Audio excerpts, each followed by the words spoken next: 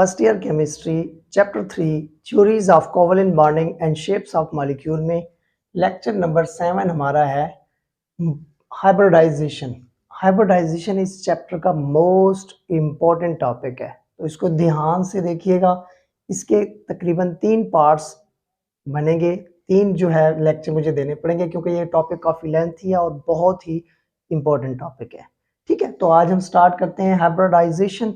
Hybridisation को start करने से पहले मैं थोड़ा सा वैलेंसी के बारे में बताना चाहता हूँ कि वैलेंसी क्या है। वैलेंसी को अगर मैं डिफाइन करूँ तो मैं कह सकता हूँ combining capacity of an element with other atom, या मैं कह सकता हूँ the number of bonds an atom can form, या मैं इसको अगर डिफाइन करूं तो मैं कह सकता हूं कि number of unpaired electron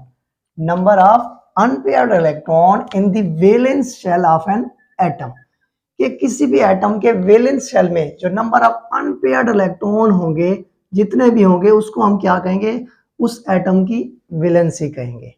for example अगर हम इन टर्म्स ऑफ अनपेयर्ड की बात करें, हम in terms of unpaired electron की बात करें तो बेरिलियम को तो इनर्ट गैस बिहेव करना चाहिए। बेरिलियम को क्या बिहेव करना चाहिए, इनर्ट गैस। क्यों? क्योंकि बेरिलियम के वैलेंस शेल में हमारे पास कोई भी इलेक्ट्रॉन मौजूद नहीं है, तो इसकी वैलेंसी 0 है, तो इसको इनर्ट गैस बिहेव करना चाहिए।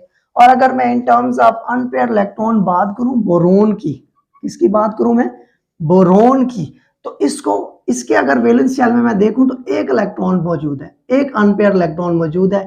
तो अनपेयर्ड इलेक्ट्रॉन एक मौजूद है, तो इसको तो मोनोवेलेंट बिहेव करना चाहिए। इसको क्या बिहेव करना चाहिए, मोनोवेलेंट बिहेव करना चाहिए, क्योंकि इसकी वैलेंसी क्या है, नंबर ऑफ अनपेयर्ड इलेक्ट्रॉन इसमें कितने हैं, एक इलेक्ट्रॉन है, तो इसकी वैलेंसी हमारे पास 1 है। और अगर मैं कार्बन की बात करूं, अगर मैं किसकी बात करूं, कार्बन की, तो कार्बन को तो डाइवेलेंट बिहेव करना चाहिए, क्योंकि कार्बन के वैलेंस शेल में कितने इलेक्ट्रॉन मौजूद हैं, 2 अनपेयर्ड इलेक्ट्रॉन मौजूद हैं, तो इसको तो डाइवेलेंट बिहेव करना चाहिए। पर एक्चुअल प्रैक्टिस में क्या होता है, एक्चुअल प्रैक्टिस में बेरिलियम जो है ये डाइवेलेंट बिहेव करता है, बोरोन जो है ये ट्राइवेलेंट बिहेव करता है, और कार्बन टेट्रावेलेंट बिहेव करता है। अब अगर आपको याद हो वीबीटी की एक डिफेक्ट था कि वीबीटी जो है ये कार्बन, बेरिलियम और बोरोन की वैलेंसीज को डिस्कस नहीं करती, उसमें ये फेल हो गई थी। तो यहाँ पे अगर हम बात करें in terms of unpaired electron की, तो ये तो बिहेव कर रहे हैं इनर्ट गैस, मोनोवेलेंट और डाइवेलेंट, बट एक्चुअल प्रैक्टिस में ये डाइवेलेंट, ट्राइवेलेंट और टेट्रावेलेंट बिहेव कर रहे हैं। इसको प्रूव करते हैं, इसको मैं बताता हूँ कि कैसे हमारे पास ये डाइवेलेंट, ट्राइवेलेंट और टेट्रावेलेंट बिहेव कर रहे हैं।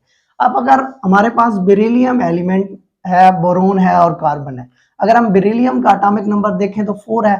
एटॉमिक नंबर क्या है, 4 है। अगर इसकी इलेक्ट्रॉनिक कन्फिगरेशन करें हम तो कैसे करेंगे, 1s2, 2s2, 2px, 2py, 2pz, इसमें कोई भी इलेक्ट्रॉन मौजूद नहीं है, 2 4 के 4 इलेक्ट्रॉन हमारे पास क्या हो गए, पूरे हो गए। इसी तरीके से हम बोरोन की बात करें तो बोरोन के एटॉमिक नंबर क्या है, 5 है, तो इसकी इलेक्ट्रॉनिक कन्फिगरेशन कैसे होगी, 1s2, 2s2, 2px1, हमारे पास इलेक्ट्रॉन पूरे हो गए। 2py और 2pz हमारे पास एम्प्टी रहेगा। और कार्बन की अगर हम इलेक्ट्रॉनिक कन्फिगरेशन करें तो 1s2, 2s2, 2px1 और 2py1। अब अगर यहाँ पे देखें तो बेरिलियम इनर्ट गैस बिहेव कर रहा है क्योंकि इसकी वैलेंसी 0 है। बोरोन यहाँ पे जो है मोनोवेलेंट बिहेव कर रहा है क्योंकि इसकी वैलेंसी 1 है। और कार्बन यहाँ पे डाइवेलेंट बिहेव कर रहा है क्योंकि इसकी वैलेंसी 2 है। तो एक्चुअल में क्या होता है, ये हमारे पास डाइवेलेंट बिहेव करता है और बोरोन ट्राइवेलेंट और कार्बन टेट्रावेलेंट। वो कैसे, वो इस लिहाज से कि एक इलेक्ट्रॉन, इसकी अगर मैं बात करूं यहां से स्टार्ट करूं तो एक इलेक्ट्रॉन 2s2 से एक इलेक्ट्रॉन जंप करेगा और किस में चला जाएगा, 2px में। वो कैसे, वो इस वजह से कि हमें एक्सटर्नल इनपुट देना पड़ेगा, एक्सटर्नल एनर्जी इसमें देनी पड़ेगी। क्यों? क्योंकि कोवेलेंट बॉन्ड की फॉर्मेशन में हीट फॉर्मेशन होती है, तो हीट फॉर्मेशन के लिए हमें एक्सटर्नल इनपुट यानी कि एनर्जी देनी पड़ेगी। तो एक इलेक्ट्रॉन 2s2 से जंप करेगा, किस में चला जाएगा, 2px में। कैसे, 1s2, 2s1, 2px1, 2py and 2pz। अब अगर यहाँ पे देखें तो हमारे पास 2 अनपेयर्ड इलेक्ट्रॉन मौजूद है। एक्साइटेड स्टेट में हमारे पास बेरिलियम में 2 अनपेयर्ड इलेक्ट्रॉन मौजूद हैं, तो इसी वजह से ये डाइवेलेंट बिहेव कर रहा है। और अगर मैं बात करूं बोरोन की, तो बोरोन यहाँ पे हमारे पास मोनोवेलेंट बिहेव कर रहा है, तो एक इलेक्ट्रॉन क्या होगा, एक्सटर्नल इनपुट, यानी कि हम ही इसको एनर्जी जब देंगे तो इसकी एनर्जी हमारे पास ये यहाँ से एक इलेक्ट्रॉन जंप करेगा और किसमें चला जाएगा, यहाँ से इलेक्ट्रॉनिक जंप करेगा और ये चला जाएगा 2py में। किसमें चला जाएगा, 2py में। तो अब इसकी इलेक्ट्रॉनिक कन्फिगरेशन हम करके देखते हैं, 1s2 2s1 2px1 2py1 2pz, ये एम्प्टी है हमारे पास। अब यहाँ पे देखें तो ये क्या बिहेव कर रहा है, टेट्रावेलेंट बिहेव कर रहा है। और अगर हम कार्बन की बात करें तो कार्बन में हमारे पास एक इलेक्ट्रॉन यहाँ से जंप करेगा और वो किस पे चला जाएगा, 2pz में। इसको हमें एक्सटर्नल इनपुट यानी कि एनर्जी देनी पड़ेगी, तो एक इलेक्ट्रॉन 2s2 से जंप करेगा और ये किस में चला जाएगा, 2pz में। कैसे, 1s2 2s1 2px 2py 2pz, इसमें भी एक इलेक्ट्रॉन, इसमें भी एक, इसमें भी एक। तो इसमें हमारे पास अब कितने नंबर अनपेयर इलेक्ट्रॉन हो गए, 4। तो इस वजह से तो कार्बन जो है वो क्या कर रहा है, टेट्रावेलेंट बिहेव कर रहा है। अब अगर मैं इसके एग्जांपल दूं तो अब अगर आपको याद हो वेस्पर थ्योरी में हमने पढ़ा था बेरिलियम क्लोराइड BeCl2। तो BeCl2 में क्या है, बेरिलियम 2 बॉन्ड बना रहा है। कितने बॉन्ड बना रहा है, 2 बॉन्ड बना रहा है। तो यहाँ पे देखें हमारे पास इसके वैलेंस शेल में भी तो 2 इलेक्ट्रॉन मौजूद हैं, तो हमारे पास 2 इलेक्ट्रॉन मौजूद है, तो यहाँ भी तो ये 2 इलेक्ट्रॉन हमारे पास 2 बॉन्ड बना के खड़ा है। अगर मैं बोरोन की बात करूं तो इसकी एग्जांपल अगर आपको याद हो तो एग्जांपल मैंने दी थी BF3। तो BF3 में हमारे पास क्या करेगा, बोरोन कितने बॉन्ड बना के खड़ा है फ्लोरीन के साथ, 3। तो हमारे पास इसकी वैलेंसी भी तो हमारे पास कितनी है, 1 2 3। और अगर कार्बन की आपको वेस्पर थ्योरी याद हो, कार्बन मैंने इसकी एग्जाम्पल दी थी CH4। तो यहाँ पे कार्बन कितने बॉन्ड बना के खड़ा है, 4 बॉन्ड बना के खड़ा है, क्योंकि इसमें नंबर अनपेयर इलेक्ट्रॉन कितने हैं हमारे पास, 4 हैं। तो एक्चुअल प्रैक्टिस में कार्बन क्या बिहेव कर रहा है, टेट्रावेलेंट बिहेव कर रहा है। उसके बाद हम अपने असल मोस्ट इंपॉर्टेंट टॉपिक की तरफ आते हैं, जो कि हमारे पास है हाइब्रिडाइजेशन। हाइब्रिडाइजेशन को लाइनस पॉलिंग ने 1931 में इसका आइडिया पेश किया था, सजेस्ट किया था हाइब्रिडाइजेशन का, अपनी एक बुक में जिसका नाम था the nature of chemical bond. उसने सबसे पहले आइडिया पेश किया कि एटॉमिक ऑर्बिटल को अगर आप इंटरमिक्स करें, जिनकी एनर्जी और शेप डिफरेंट है, मिक्स करने के बाद इनकी एनर्जी और शेप सेम हो जाती है, इसको इसने नाम दिया किस चीज का, हाइब्रिडाइजेशन का। तो इसको हम डिफाइन करते हैं, देखते हैं कि डेफिनेशन क्या है। अभी मैंने बताया है कि हाइब्रिडाइजेशन एक ऐसा प्रोसेस है जिसमें डिफरेंट एटॉमिक ऑर्बिटल जो हैं, जिनकी एनर्जी और शेप डिफरेंट है, इनको अगर हम मिक्स करते हैं, मिक्स करने के बाद जो हमारे पास ऑर्बिटल प्रोड्यूस होते हैं, बनते हैं, उनकी एनर्जी और शेप क्या हो जाती है, एनर्जी और शेप सेम हो जाती है। इस प्रोसेस को हम क्या कहते हैं, इस प्रोसेस को हम कहते हैं हाइब्रिडाइजेशन। कैसे, डिफरेंट एटॉमिक ऑर्बिटल, कैसे, एस की हमारे पास शेप क्या होती है, एस की हमारे पास शेप है स्फेरिकल। इसी तरीके से पी की शेप हमारे पास क्या है, डम्बल। और एफ, डी की शेप हमारे पास क्या है, डबल डम्बर। और एफ की हमारे पास शेप क्या है, कॉम्प्लेक्स। अब इन डिफरेंट एटॉमिक ऑर्बिटल को, जिनकी एनर्जी और शेप डिफरेंट है, तो हम जब इनको मिक्स करते हैं तो इनकी एनर्जी और शेप क्या हो जाती है, एक new set of hybridised orbital बनता है, जिसकी एनर्जी और शेप क्या हो जाती है, सेम हो जाती है। ऐसे प्रोसेस को हम क्या कहते हैं, ऐसे प्रोसेस को हम कहते हैं हाइब्रिडाइजेशन। ठीक है बच्चों। उसके बाद हमारे पास आ जाती है हाइब्रिडाइजेशन की टाइप्स।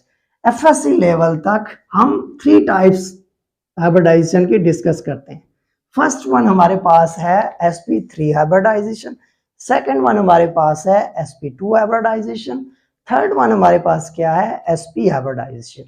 sp3 हाइब्रिडाइजेशन में अब देखें, अगर आप गौर से देखें तो इसमें एक s है और 3 p है, तो हमारे पास 25% s करेक्टर मौजूद होता है और 75% हमारे पास क्या है, p करेक्टर।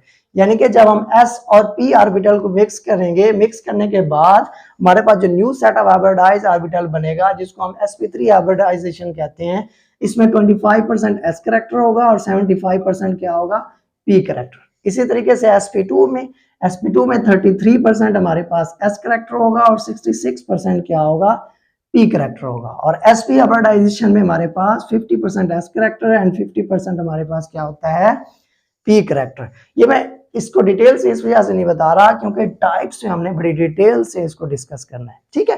तो उसके बाद हमारे पास है मोस्ट इंपॉर्टेंट, हमें कैसे पता चलेगा कि किसी भी हमारे पास मॉलिक्यूल में किसी भी एटम में कौन सी हाइब्रिडाइजेशन हो रही है। तो उसके लिए एक ट्रिक है जिसको हम कहते हैं रूल फॉर हाइब्रिडाइजेशन। इसको गौर से सुनिएगा। रूल फॉर हाइब्रिडाइजेशन को मैं थोड़ा सा इसको इरेज कर देता हूं ताकि मैं इसको अच्छे तरीके से आपको समझा सकूं। अब रूल ऑफ हाइब्रिडाइजेशन में एक फार्मूला यूज किया जाता है जिसको हम कहते हैं number of sigma bond plus lone pair. जो भी हमारे पास आंसर आएगा, जो भी हमारे पास आंसर आएगा उसमें हम कह देंगे कि ये sp हाइब्रिडाइजेशन है, sp2 है या sp3 है। फॉर एग्जांपल आंसर हमारे पास आ जाता है 2, फिर हम क्या कहेंगे, हम कहेंगे कि ये sp हाइब्रिडाइजेशन है। 3 आ जाता है तो फिर हम कहेंगे sp2 हाइब्रिडाइजेशन है। 4 आ जाता है तो फिर हम क्या कहेंगे कि ये कौन सी हाइब्रिडाइजेशन है, sp3। और अगर 5 आ जाता है तो फिर हम कहते हैं dsp3। 6, 7 इसी तरीके से हम इनका नाम d2sp3 एंड d3sp3 हाइब्रिडाइजेशन रखते होते हैं। अब इसको फर्स्ट एग्जांपल हमारे पास है बेरिलियम क्लोराइड। अब बेरिलियम क्लोराइड में देखते हैं कि इसमें sp हाइब्रिडाइजेशन इस फार्मूले के तहत कैसे आएगी। अब बेरिलियम क्लोराइड हमने वेस्पर थ्योरी में पढ़ा था कि बेरिलियम क्लोराइड का स्ट्रक्चर जो है ये इस तरीके से होता है। अगर आपको याद हो, आपने मेरा लेक्चर सुना हो, तो इसमें हमने इस तरीके से इसको ड्रा किया था।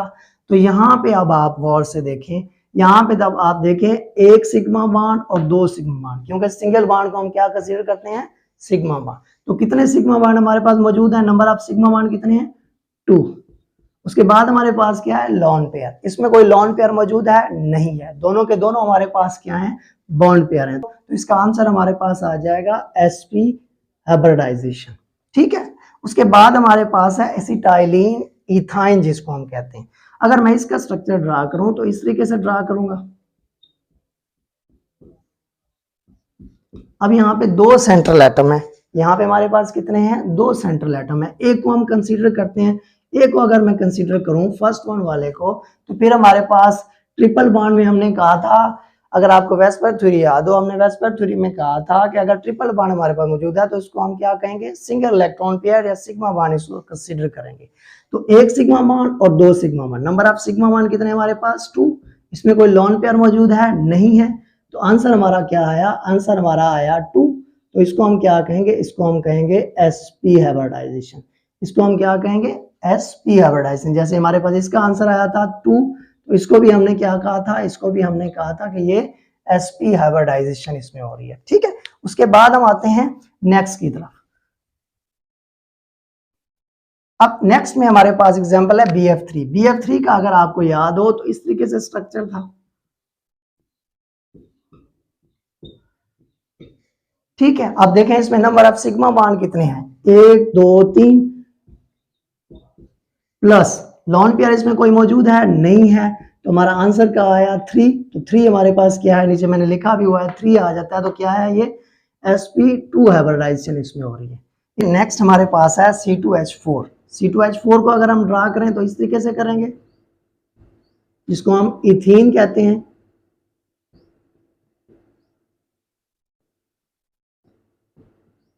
इसमें हमारे पास सेंट्रल एटम 2 हैं तो हम इसको कंसीडर करते हैं। तो इसको अगर हम कंसीडर करते हैं तो देखिए इसमें हमारे पास एक सिग्मा बॉन्ड ये है, क्योंकि डबल बॉन्ड को हम वेस्पर थ्योरी के अकॉर्डिंग सिंगल बॉन्ड या सिंगल इलेक्ट्रॉन पेयर कंसीडर करते हैं। तो 1 2 और 3 नंबर ऑफ सिग्मा बॉन्ड हमारे पास क्या है, 3 है। इसमें कोई लॉन पेयर मौजूद है, नहीं है। तो आंसर हमारा क्या आया, आंसर हमारा आया 3। तो ये हमारे पास कौन सी हाइब्रिडाइजेशन होगी, आंसर अगर हमारे पास 3 आ जाता है तो ये हमारे पास है sp2 हाइब्रिडाइजेशन।